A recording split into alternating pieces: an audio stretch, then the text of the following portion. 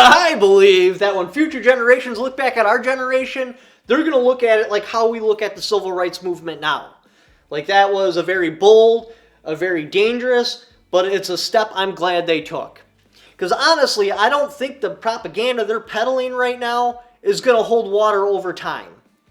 I think they're going to look back at that propaganda and see it in like how we see when the Democrats filibustered for, what was it, 12 or 24 hours trying to put a stop to the civil rights movement, because the logic they throw down doesn't have logic behind it. So the whole inspiration for this video is this one right here. Basically, it starts off as this really solid video on why Americans like AR-15s. And then about halfway through, it just shifts gears and it turns into why we should ban AR-15s, which makes no sense. It was like an oxymoron. It's almost like somebody submitted the first half of the video to the editor as a standalone video, and the editor watched it, he's like, oh, this is a great video, I want to use it. However, it just really comes off as pro-gun. So then he took this other video that was submitted and then just stuck the two together. It was a really clunky merger and awkward at best. However, it made it clear that they are not saying that AR-15s are good. They're going way out of their way to make sure they're bad, but then they stuck it on the beginning of something that would essentially be pro-gun. You know what? Before I get started with this video, I need to touch on one other thing real quick here. So last night I was, doing my normal YouTube scroll, and I stumbled across this video right here. The gist of it is, it's a guy that bought two AR-15s, and he's opting out of the fight. He destroyed them on camera, and he talked about all the steps he made to make sure he wasn't going to be prosecuted, and he's getting slaughtered in his comment section. I understand he said a few things that most pro-2A people won't agree with, but you're missing the point. This is the exact type of person a prosecutor would target. Somebody that they know don't have the means or resources to be able to fight. He needs to be supported. He is making the best decision he can make with his current circumstances. If he were to get prosecuted, because they don't want somebody that's got a couple $1 million to try to fight, because they'll likely win, especially after Bruen. They want somebody that they can take, flip their life upside down, drag them into court, and be like, yeah, I got this plea bargain right here. So what you're going to essentially be doing is you're going to be pleading guilty to these 5 felonies. But what we'll do, we'll help you out. We are going to look out for you. We are going to help you. We are only going to make you sit 30 days in prison. So, here, just sign right here. And we'll even give you a furlough so you can get your affairs in order before you have to sit your 30 days. And then you can go on with your life. That's what they're looking for. They're looking to score plea bargains. Like I said, especially after Bruen, should one of these cases go all the way, it will likely dissolve the NFA. It's that crazy. I'm pretty sure that's why they plucked me. Because remember, they plucked me on the heels of me talking about going through cancer and then being demonetized. I even said in a video I wasn't financially stable at that point, and then all of a sudden I get plucked. Crazy coincidence, right? Let's go on with the video. So, why do Americans like the AR-15? One, it's standardized. Like, I could take a whole big-ass box full of AR-15 parts, and I can start throwing together rifles. There will be some parts that won't be compatible with some, but generally speaking, I can just grab random parts, shove them together, and build a rifle. So when you have your AR-15, when you're looking for aftermarket parts, or even factory replacement parts, it's really easy because they're all the same. It's not like, I know I shouldn't pick on the AK community, but I need to in this particular case. Like with an AK, every country's different. Even the ones that come from the same country are different. Like they'll actually stamp on the trunnion, I think it's 0 through 3, on the different size trunnion sizes because they'll use their tooling, and as it starts wearing out, instead of replacing the tooling, they just stamp a different number size on it, so you have to get a numbers matching barrel and trunnion, otherwise they won't fit together. That's the way it is. Because they use their tools till they burn out, so the hole is constantly changing sizes as they're building their trunnions. With an AR-15, that's not the case. It's all standardized. All the parts, generally speaking, I mean, I'm sure there's some shoddy eBay sellers out there that, well, you can't even sell gun parts on eBay anymore, can you? I'm sure there's sellers out there somewhere that are selling out-of-spec parts. But generally speaking, you can just grab random parts and put it together. And it makes it really convenient for the consumer because they don't have to know a lot about the platform to be able to diagnose and fix their particular platform. Oh, it's not working? Let's try a different upper. Okay, that fixed it, so it's something to do with the upper. Let's start going through the parts. Oh, it's not working? Let's try a different upper. Still not working. Let's try a different lower. Okay, now it's working. So clearly the problem resides in the lower. Let's start going through it and figuring out what it is. Very simple for the novice to be able to diagnose, fix, or replace, or modify their particular rifle. The next reason, it's lightweight. Compared to other rifles, it's incredibly light. It's made out of aluminum, plastics, and a steel barrel, steel bolt carrier. But the point is, like a bare bones rifle with nothing on it, you're looking at like right around 6 pounds. So you throw on your glass, stuff like that, you're like maybe 7.5 pounds, 8 pounds max.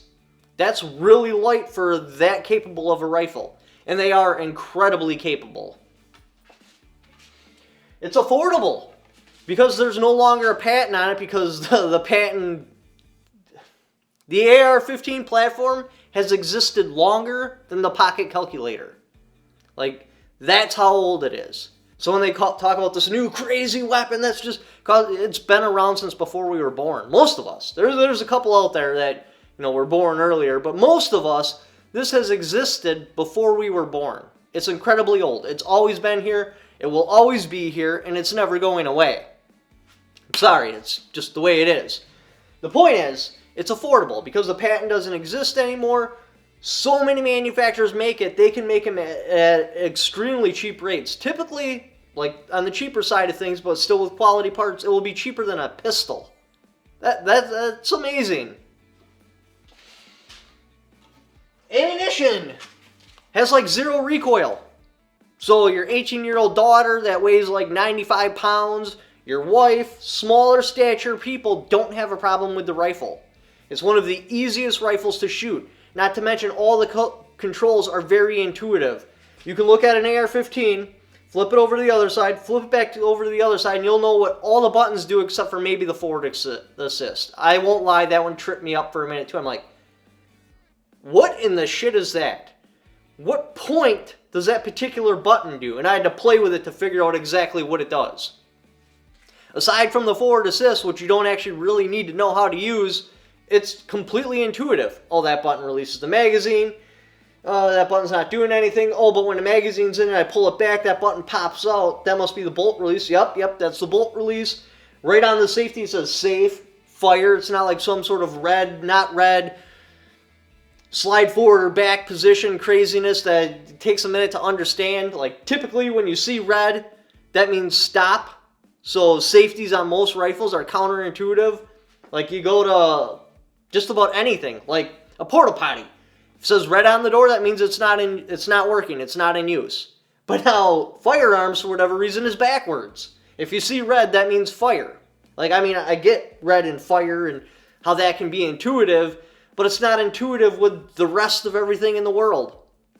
So, unlike those rifles, the AR-15 actually says fire and safe. That's very intuitive. It's very easy to understand. It's printed right on there, and there's a little arrow pointing to the one that you're on. If the arrow's pointing to fire, well, that means fire. If the arrow's pointing to safe, well, that means safe. Like I said, very intuitive. Plus, they're crazy adjustable. So it doesn't matter if you're 6'6" or you're 5'4". You can adjust the stock to your length of pull. You can set the rifle up specifically for you. And when you have a tool that is actually set up to fit your body, it's just infinitely easier to use. Instead of like an A2 stock or like an AK where you're set, like this is the length of it, there ain't shit you can do about it. No, like, oh, that's a little long, bring it in a little bit. A little too short, bring it out a little bit. You can set it up specifically for the shooter. The 1913 rail on top, all optics will fit on that. There may be some sort of weird, again, eBay offering that doesn't fit on a 1913 rail, but generally speaking, even with other rifles, to start changing optics, you put a 1913 rail on it. So you don't have to worry about finding compatible optics. You can put on the optic that you like without having to worry about fitment issues. All around, it is an awesome rifle. as far as I'm concerned, and to the best of my knowledge, it is the most common use rifle in America. Common usage is the key here, which means you're not ever going to be able to take it away. So, I think you should just stop. That video they also brought up like, oh, gun manufacturers are paying games to be extra violent to sell their product. No, not at all. Yes, I went on games and I basically test drove a rifle before I purchased it. But now when I say test drove, the game's ballistics, how the rifle shoots, none of that's based in reality. I mean, like, I set it up, put different attachments on it, and seen how it would look. Because I could go on there and play with like $20,000 worth of rifle gear to figure out what I want my rifle to look like. That honestly is the only advantage to having realistic rifles in the games. Yeah, it makes the games funner because it's based in reality. Nobody likes to live in fantasy land, especially when they're playing like a shooter game. They like it to be as real as possible. For me, though, there is an advantage to real firearms being on there. Again, it's so I can see what they look like. That's it. Throw on these different scopes, different attachments, and get a base idea of how I'm going to build my rifle. Anyway, I apologize that this video kind of spiderwebbed out and went in 1,000 different directions, but, you know, it happens sometimes on my channel. It's just something my viewers are used to. If you'd like to help support the channel, I've got my Patreon right there. I also have affiliate links in the description down below. Just by clicking on those links. Even if you don't purchase what that particular link is for, just clicking on it and doing the Amazon shopping you were already going to do anyway, a little kickback for it because you came there off my channel. Thank you for watching. Don't forget to subscribe.